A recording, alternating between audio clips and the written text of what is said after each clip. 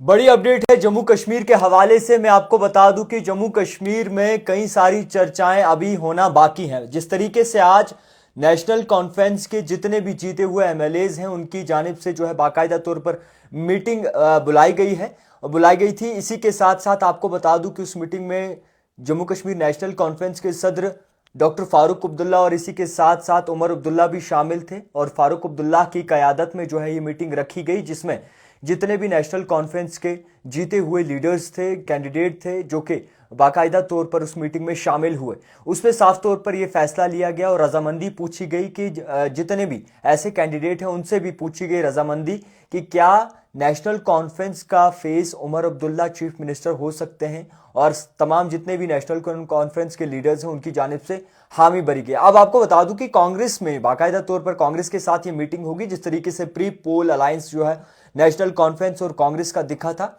उसी को मद्देनजर रखते हुए अब जम्मू कश्मीर नेशनल कॉन्फ्रेंस और कांग्रेस की मीटिंग कल जो है वो बुलाई गई है और इसमें भी कड़ी से कड़ी बड़े फैसले जो है वो लिए जा सकते हैं। और आशंका है कि शायद जम्मू कश्मीर नेशनल कॉन्फ्रेंस जो है वो कांग्रेस को ऑफर करे, यानी कि कांग्रेस को जो है एक नंबर का कैबिनेट मिनिस्टर जो है वो दे और इसी के साथ साथ बाकायदा तौर पर बाकी मुद्दों पे जो है वो चर्चा होगी। फिलहाल के तौर पर जो बड़ी अपडेट है, सोर्सेज के हवाले से पता चला है कि इस बार एलजी जो लेफ्टिनेंट गवर्नर मनोज सिन्हा है उनकी तब्दीली होने वाली है और नए जो है लेफ्टिनेंट गवर्नर आने वाले हैं। तकाजा लगाया जा रहा है और सोर्सेज के मुताबिक बताया जा रहा है कि बीजेपी के लीडर रह चुके बीजेपी के लीडर राम माधव जो है वो नए गवर्नर जो है वो हो सकते हैं, यानी कि लेफ्टिनेंट गवर्नर हो सकते हैं। मैं आपको बता दूं कि ये बड़ी अपडेट जो है वो निकल के सामने आ रही है। आपको बताना चाहूंगा कि 2019 के बाद जिस तरीके से बाकायदा तौर पर हालात खराब रहे जम्मू कश्मीर में, बड़े ही बदतरीन हालात रहे हैं लोगों का कहना है।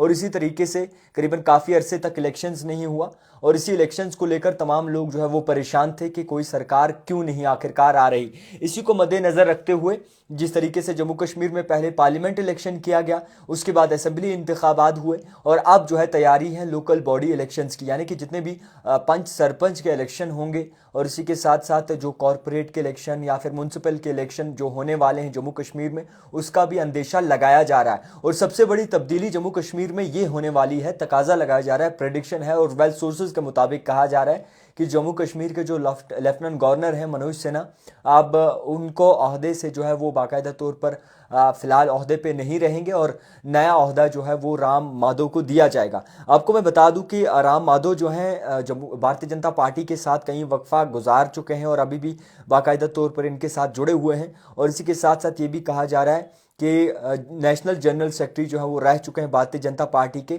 और इनके साथ किस तरीके से मुलाकात हुई है या फिर किस तरीके से बातचीत हुई अभी तक उसके बारे में कोई पता नहीं चल पाया है। मगर जो सोर्सेज के हवाले से बताया जा रहा है कि नए लेफ्टिनेंट गवर्नर जो है वो जम्मू कश्मीर में लाए जाएंगे। अब आपको बता दूं कि उमर अब्दुल्ला का कहना है कि पहले हमें कांग्रेस से मीटिंग करनी है, प्री पोल अलायंस जो हुआ था उसके रिगार्डिंग मीटिंग करनी है और उसके बाद जो है लेफ्टिनेंट गवर्नर से जो है इजाज़त लेनी है कि कब हम ओथ लें और फिर उसके बाद ओथ सेरेमनी होगी और उसके बाद जम्मू कश्मीर के नए चीफ मिनिस्टर उमर अब्दुल्ला बनेंगे। आपको बताना चाहूँगा कि ये पहली दफ़ा ऐसा है कि सबसे कमज़ोर चीफ मिनिस्टर जो है वो जम्मू कश्मीर में देखने को मिल रहा है और सबसे पहले जम्मू कश्मीर के यूटी के चीफ मिनिस्टर जो है उमर अब्दुल्ला बनने जा रहे हैं। अब किस तरीके से हुकूमत बनेगी, क्या कुछ तब्दीलियां आएंगी, कौन कैबिनेट मिनिस्टर जाएगा, कौन किसके हाथ मिनिस्ट्री लगेगी, वो चीज़ अभी वाज़ह होने बाकी है। जिसमें ये भी बताया जा रहा है कि 7 नाम जो है नेशनल कॉन्फ्रेंस की जानिब से दिए गए हैं और इन्हीं 7 नामों पे जो है बाकायदा तौर पर सोचो विचार होगा। जिसमें अगर बात करें नेशनल कॉन्फ्रेंस के 7 लीडर हैं, उसमें मियां मेहर अली हैं, मियां अल्ताफ़ के बेटे, उसमें कई सारे और भी नेशनल कॉन्फ्रेंस के सीनियर लीडर्स हैं। इसके साथ और भी कहीं नाम जोड़े जा रहे हैं जो कि कैबिनेट मिनिस्टर रहेंगे, यानी कि बनाए जाएंगे, जिसमें 2 हिंदू नाम जो है सामने आए हैं। एक आपको बता दूं कि रामबन की बात करें या फिर जिस तरीके से उमर रविंद्र रैना ने इलेक्शन हारा, वहाँ से जो है बाकायदा तौर पर हमें वहाँ से बाकायदा तौर पर हमें जो है जीत देखने को मिली नेशनल कॉन्फ्रेंस की। तो कहा जा रहा है कि 2 चेहरे जो है वो हिंदू होंगे और इसी के साथ साथ कैबिनेट की मिनिस्ट्री उन्हें सौंपी जाएगी और इसके साथ साथ कई सारी और तब्दीलियां भी आ सकती हैं। बाकी जो 7 नाम दिए गए हैं उनमें मियां अल्ताफ़ के बेटे मेहर अली का नाम है, तनवीर सादिक का नाम है और भी कई ऐसे बड़े नाम हैं, सलमान अली सागर का नाम है।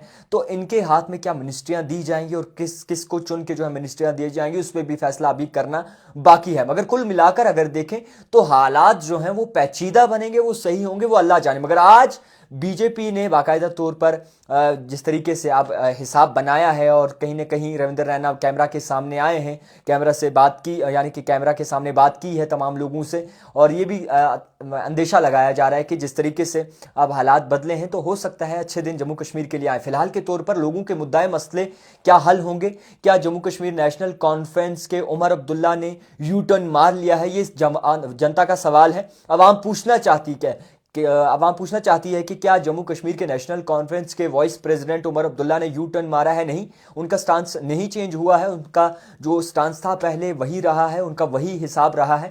मगर कहीं ना कहीं एक तरफा जो है वो स्टोरी देखने को मिली है, यानी कि पूरा बयान हम जब ऑब्जर्व करते हैं, जब उस पर हम कहीं ना कहीं खोज निकालने की कोशिश करते हैं, तो उसमें साफ तौर पर उनका स्टांस दिखता है कि उन्होंने पहले भी कहा था कि बीजेपी हुकूमत जब तक है तब तक जो आर्टिकल 370 वापस नहीं मिलेगा, और उम्मीद करते हैं हुकूमत बदले तब जाके आर्टिकल 370 वापस आ सकता है। अभी सब लोग यही सोच रहे हैं कि क्या उमर अब्दुल्ला ने अपनी जुबान बदल ली, क्या यू टर्न मार लिया? तो आपको बताना चाहूंगा ऐसा नहीं, आज भी उन्होंने बयान दिया है। अब देखने वाली बात होगी कि कब तक इसी बयान पे कायम रहते हैं, और कब तक 200 यूनिट जो है बिजली मिलती है जम्मू कश्मीर के आवाम को, कब तक 12 गैस सिलेंडर। जनाब आप ही नहीं भूलिएगा, जिन्होंने वोट डाला है वो 12 गैस सिलेंडर नहीं भूलेगा, जो उन्होंने वादे किए हैं मैनिफेस्टो में वो नहीं भूलेगा। फिलहाल के तौर पर दो बड़ी खबरें, कल कांग्रेस की और नेशनल कॉन्फ्रेंस की मीटिंग होने वाली है, उसके बाद कोई बड़ा फैसला निकल के सामने आएगा। दूसरी बड़ी खबर ये कि एलजी जम्मू कश्मीर के जो एलजी हैं, एलजी मनोज सिन्हा, अब शायद वो अपने पद से उतरने वाले हैं, और नए एलजी को जो है वो मुंतखब किया जाएगा, जिसका नाम सामने आ रहा है राम माधव। जब जितने भी देखने वाले हो ज़्यादा से ज़्यादा शेयर करें, तमाम लोगों तक ये खबर पहुँचाएं।